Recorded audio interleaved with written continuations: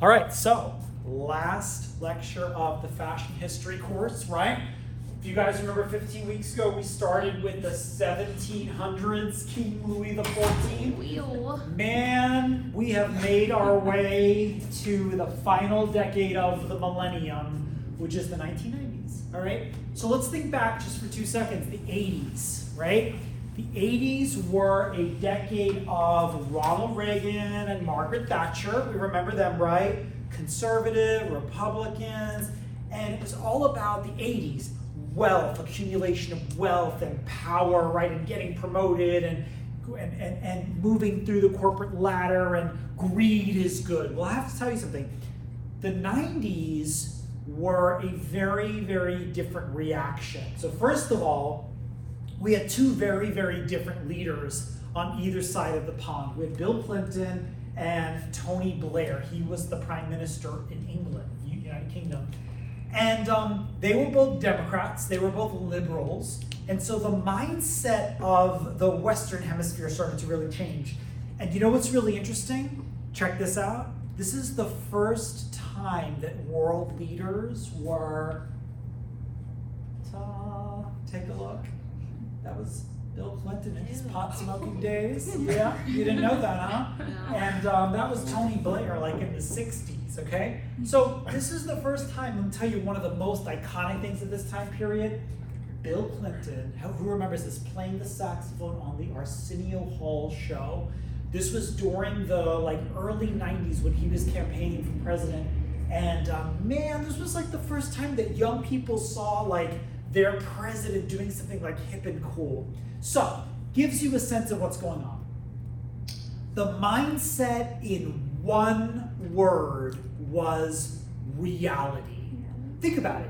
The 80s was about fantasy, wasn't it? We were watching shows like Dynasty and Dallas, and it was all about fantasy type stuff.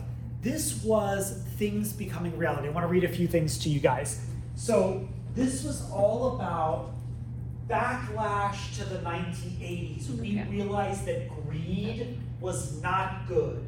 Glitz, glamour, and excess backfired, okay? So this decade became about anti-wealth. It was all about reality, real things, real hair, natural beauty, organic food, real coffee. We're gonna talk about coffee. Coffee would become really important in the 90s. You probably know what I'm getting at there. Real women, pointing to Oprah. You guys don't remember, but Oprah used to be a trashy, Jerry Springer type host. You didn't know that, did you? This was before Oprah got, substantive. She had real people on her show talking about real things.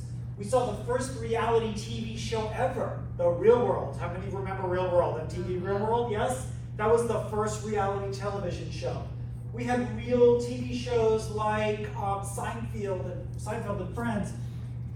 And the whole idea of loser culture. Roseanne and her husband were losers. Beavis and Butthead were losers. Beck, I'm a loser, baby, so why don't you kill me? You know the song? Loser mentality, right? Man, is this the opposite of I'm rich on Wall Street, right? I'm a yuppie. This was the opposite result. So the mindset here is just reality. We want things that are real, authentic, that are everyday normal people. Okay, so if you remember, what was the cultural hotspot of the 80s? Think about it. Glitz, glamour. What was it? Miami. Good, yeah, right? Man, this could not be more opposite of Miami. Seattle. Okay, so first of all, if you don't know, Seattle is the birthplace of grunge. And that is what we're going to be talking about big time here, grunge, okay? But let's look at all the kind of stuff, all of which pointed to Seattle in the 1990s. First of all, the famous movie with Tom Hanks and Meg Ryan, Sleepless in Seattle. The show Frasier, which was a really popular show in the 90s, based in Seattle. And a coffee company became really, really, really popular based in Seattle, Starbucks. And the whole grunge movement, which we're going to talk about. So we really our focus became this like granola environment of Seattle. It was the cultural hotspot of the 1990s. Also from Seattle was a grunge rocker by the name of Kurt Cobain, who was the lead singer of a band called Nirvana. And he would become really influential in the early 90s before he committed suicide, right? What do we equate with Kurt Cobain? Plaid flannel shirts, short sleeve t-shirts over long sleeve t-shirts, grungy cardigans, long hair. If you think about it, I want to say two things about grunge. The first is that it was a really easy fashion trend for anybody to adopt. Don't you agree? It's an inexpensive trend. It's easy to wear. You can have any kind of body. It doesn't require a lot of like, you know, beauty ideal, body ideal. Like a lot of people could emulate this look. And the other thing is, if you really think about grunge, think about Seattle. I was just there last year. What kind of temperature, what kind of climate is Seattle? Rains a lot. It's kind of crummy weather, right? So if you really think about it, this is just what people in the streets wear there, right? Layers, multiple t-shirts over long sleeve shirts. It was really a product of the weather, the crappy weather. That's where a lot of this grunge came from, streets of Seattle. Okay, now we are gonna talk about the streets trickling up to the runway, because that's what's gonna happen for the second time in the history of fashion in the 1990s. So we'll get there. Okay, so with that said, grunge, from street to runway. So the most famous designer of this time period is actually not necessarily Marc Jacobs, but it was the company that Marc Jacobs worked for, and that was Perry Ellis. How many of you guys have heard of Perry Ellis? So Perry Ellis hired a young Marc Jacobs to design, and Perry Ellis was like a super preppy brand, you have to understand, like CFDA Menswear Designer of the Year, super preppy. That was the 80s. 90s came along, they hire Marc Jacobs, and this is what Marc Jacobs does. Here is Marc Jacobs for Perry Ellis. How 90s is this? Oh my God, the Joker, you guys remember the Jokers, right? Take a look at this. Now, I have to tell you a little postscript. Marc Jacobs got fired from Perry Ellis. Perry Ellis fired Marc Jacobs because, man, he took Perry Ellis in a direction that Perry Ellis didn't want to go. But for this short period, man, this was what was happening on the streets of Seattle, the Seattle street grunge look being translated high-end runway. We have only seen this once before. Where did we see this? The idea of bottom-up fashion, designers 60s. looking from the streets. 60s, beautiful, right? The mini skirt and Mary Quant and the flower power and the whole British music invasion. That was the first time we saw it trickle up. This is kind of the second time in fashion we're seeing that this is true streetwear being reinterpreted on the runway. And Marc Jacobs for Perry Ellis is a great example of it, okay? This right here, this isn't streetwear, this is high-end designer. You could probably tell from the hair and makeup. Okay, so here's just an example of Marc Jacobs' work for Perry Ellis. This was shocking. This was as shocking as the miniskirt, right? I mean, to see this kind of like anti-fashion on the runway is pretty amazing. Okay, let's talk about body ideal, beauty ideal. And hey, I want to tell you guys something. Let me just change the subject for a second. I'm going to move my camera over too. So our final exam, I just want to give you this heads up so it doesn't mess you up next week, okay? I have organized the exam by category. So the exam covers 1940s to 1990s, okay? So 40s is post-World War II, right?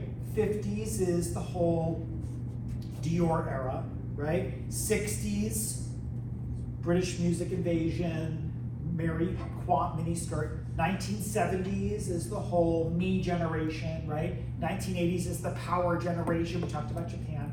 And then 1990s grunge and anti-fashion. Okay, so instead of just giving you like questions in order, what I did was I organized the questions into categories. And I want to share with you what the categories are. So when you go on the exam, the Jupiter exam, it's gonna say body ideal. There's gonna be nothing there. You're gonna say, oh my God, what do I do? Click forward and it will get into those questions, okay? So there are questions about body ideal from each of the decades, beauty and hair, color palette, menswear, I feel like this is Jeopardy, fashion trends, fashion icon, so those will be like all the famous people we talked about, designers, not to be confused, fashion icons are like, you know, people, celebrities, designers, and then mindset and important events, okay? So that's how the exam is organized. So within each of these, you'll find questions from the various decades, 40s to 90s, okay? So I just wanted to throw that out there. So there'll be slides in your exam that'll just say kind of the theme, but there'll be nothing there. Just click forward and it'll move into questions. Does that make sense? You'll get it when you're in there. Just, I don't want you to like open the exam and freak out like, oh, it's not working. There'll just be slides that'll just tell you kind of what category you're in, okay? And there are 100 questions. So take your time. I'm going to turn this exam on probably tomorrow after I proofread it, and I'll leave it open until next Tuesday night, okay? So you have a whole week to finish. Please finish this bad boy by next Tuesday night. Promise? Okay, sweet. Okay, 90s body ideal. In a nutshell, you know what she was? A junkie. Yeah. Literally. She was scrawny. You know what it was all about? The clavicle. You know what the clavicle is, this bone? It was all about being so emaciated that this bone, the clavicle bone, protruded, came out. Skinny, exposed clavicle, rib cage, hip bones. Who had the ideal body? Kate Moss, for sure. She was one of the big 6 supermodels. We're gonna look at them in a minute. But take a look. Here she is, kind of an ideal body for this whole grunge movement, but just gonna show you a bunch of Kate Moss. Kate Moss, she was the ultimate waif, right? She modeled for Calvin Klein. She was the ultimate waif, Kate Moss. Not all of these images are from the 90s, but I'm just gonna show you her evolution. Kate Moss. Anybody know who that is? That's an easy one. Naomi Campbell. Yeah, she was one of the big 6 too, for sure. We'll look at her again. Okay, so the look, beyond the grunge look, was what I call heroin chic. Now, first of all, I just want to say, since I'm on camera, there is nothing chic about heroin use, okay? And I don't necessarily know that any of these gals were doing heroin, but the look was like you did it. It was like you partied all night, okay? So there's not a lot to explain here, quite frankly. It's natural hair, it's natural makeup, it's natural lip. The big news here was that you smudged your eye makeup to look like you had like a black eye, or like you were up all night, or you were partying hard. And you know, here's Kate Moss. Anybody know who this is? Speaking of Kurt Cobain. Courtney Love. Courtney Love, very good. Do you know what she was the lead singer of? Yes. Hole. Hole, yeah, no, you know your 90s. Yep. Yeah, so Courtney Love, Kate Moss, they were definitely poster girls for this whole heroin chic look. They were the ideal body, right? That whole like emaciated, skinny, ribs out, clavicle out look. But it was also again about just like natural hair, natural face, you know, exaggerated eye makeup, okay? It was the body and beauty ideal, heroin chic. Okay. Now, I kind of don't have a big explanation for this, but also popular during this whole anti-fashion decade was the supermodel, okay? So we've seen supermodels before. Can you name for me a supermodel that came before the 90s? Naomi Campbell before the 90s? Not necessarily. Name for me a supermodel that came before the 90s. Iman. Iman was the 70s, agree. Yeah, In the 80s. Yeah. She was. yeah. Yep. One more. A big one. She started in the 60s alongside Mary Quant. Oh, Jerry Hall. What? Say it. Oh, I said, wasn't it Twiggy or Twiggy, like? that's it. Twiggy. Twiggy. Oh, Yeah. I She didn't was say like I the was real really- first supermodel, wasn't she? Yeah. She kind of paved the trail for these gals. But the 6 big, let me read them to you. Christy Turlington, tell me if you know them. Christy Turlington, Naomi Campbell, Linda ready? Evangelista. Linda Evangelista, yep. Claudia Schiffer, Clara Schiffer. Kate Moss, did we say Christy Turlington? Yes. Christy Turlington. So they were the big six. They became super influential during the 90s, but what was interesting is that most people were not wearing designer goods.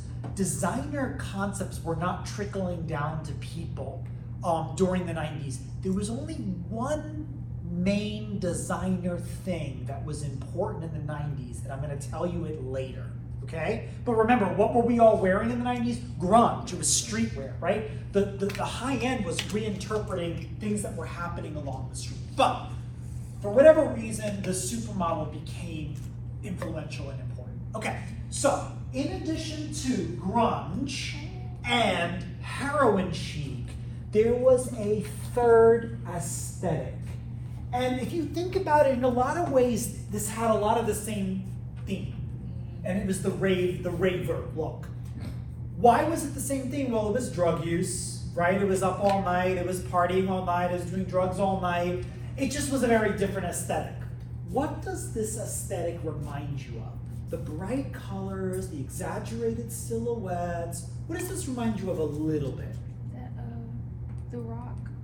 Yeah. Yeah. Yes, absolutely. It was the whole like mod British music invasion, right? And it in a way it was more conservative because the silhouettes were bigger and a lot less avant-garde and risque. But in a way, the theme is kind of like very similar.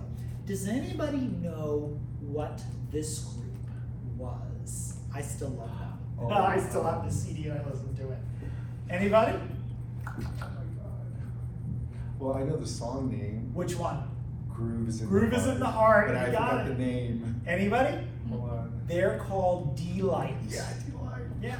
They were ravers, all right? That was the kind of music that, people embraced during rave parties. Okay, so you got three things going on in the 90s. Grunge, which is the ultimate example of bottom-up fashion, right? Grunge, where a street movement in Seattle really got interpreted at the high end by designers like Marc Jacobs. We've got heroin chic, which is this whole skinny, scrawny, exposed bone, dark makeup, but dark eyes, but otherwise natural makeup. And then we've got this rave aesthetic. Okay, a certain popular group, not Delight, but a much more popular group, came out of this rave aesthetic. The biggest selling girl group of all time. Name them. Spice Girls. Ah, Spice Girls. I love it. Spice Girls. The biggest selling girl group of all time. So let me explain something to you. They broke onto the scene in the 90s when really the popular music was alternative rock. Okay? Think about it. We just came out of a hip hop phase. Yes? 80s, we talked all last week about the history of hip hop, and hip hop was the music. And man, alt rock could not have been more different from hip hop. Agree? And so a lot of the 90s was all about like these Kurt Cobain and all these types of bands. And all of a sudden, this surfaces. They were the biggest export out of London since really the Beatles, okay? And the biggest selling girl group of all time. How would you describe their music? It wasn't rave at all. How would you describe the music? Pop, yeah, right? So it was really a very different direction for music. The phrase girl power put a name to this social phenomenon. And just to review who the Spice Girls are, if you don't know, Melanie Brown, Scary Spice. Melanie Chisholm is Sporty Spice. Join me if you know these. Emma Bunton, anybody? Baby Spice. Jerry Halliwell is Ginger Spice. Victoria Beckham is Posh Spice. Did I miss any? No. Oh, and Mel B is Scary Spice. Yeah. Yep, Yeah. the Spice Girls. Okay, so huge deal there.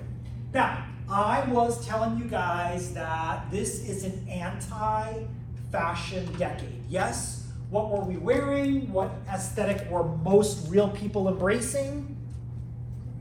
Grunge. Yes? Not heroin chic and not, most people were not going to raves, right? But most normal people were embracing grunge. However, the one fashion item that really did trickle down, that really came from high-end designers, and either high-end designers were selling or lower end brands were knocking off and trickling down was the handbag. So the luxury handbag, for whatever reason, was the popular fashion item in the 1990s. Tried and tested luxury brands like Gucci, Chanel, Dior. People couldn't afford actual clothing, but they were buying handbags. Does anybody know what brand this is? I have that green Dooney and Burke. Dooney and Burke. Dooney. I have Yes. that one. From the 90s? Oh yeah. Cool, yeah. Really cool.